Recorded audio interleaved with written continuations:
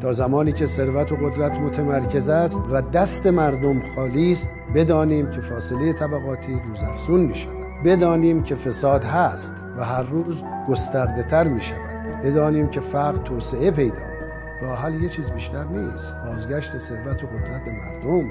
همه چیز متعلق به مردم است. ثروت، قدرت، حاکمیت، دین، مذهب، همه چی، همه اینها مال مردمه و راهش اینه که انسان‌ها قوی باشن. یعنی ثروتی که خدا قرار داده در اختیار مردم قرار بده. واسطه نخوره، متمرکز نشه در دست عده‌ای خاص تحت هر نامی، چه نام حاکمیت باشه، چه نام سرمایه‌داران باشه. قدرت مال مردمه. تک تک مردم باید در تعیین سرنوشت مؤثر باشن. سهم هر انسانی در تعیین سرنوشت مساوی است. همه با هم مساوی‌اند. هیچ کس حق بیشتری نداره، هیچ کس اجازه بیشتری نداره، سهم بیشتری نداره. اگر اینجا عدم تعادل ایجاد شد، ثروت رفت یک طرف، فقر میاد یک طرف. اگر قدرت و اختیار رفت یک طرف، ضعف و حرمان میاد یک طرف و نمیتونیم ما یک کشور قوی، کشور پیشرفته و کشور مرفهی داشته باشیم. اصلا سخن گفتن از ارزش‌های انسانی در شرایطی که فاصله عمیقی بین توده‌های مردم و یه اقلیت برخورداری که ثروت و قدرت در اختیار اوست وجود داره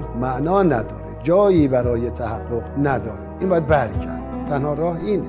به نظرم ریشه مفاسد و فاصله طبقاتی و فقر و بعضی یأس‌ها و حرمان‌ها و جدایی‌ها و شرایطی است که امروز تجربه می‌کنین در یک امر خلاصه میشه. اون هم عبارت است از تمرکز ثروت و قدرت، کنار گذاشته شدن عموم مردم از صحنه‌های تصمیم‌گیری و اداره کشور.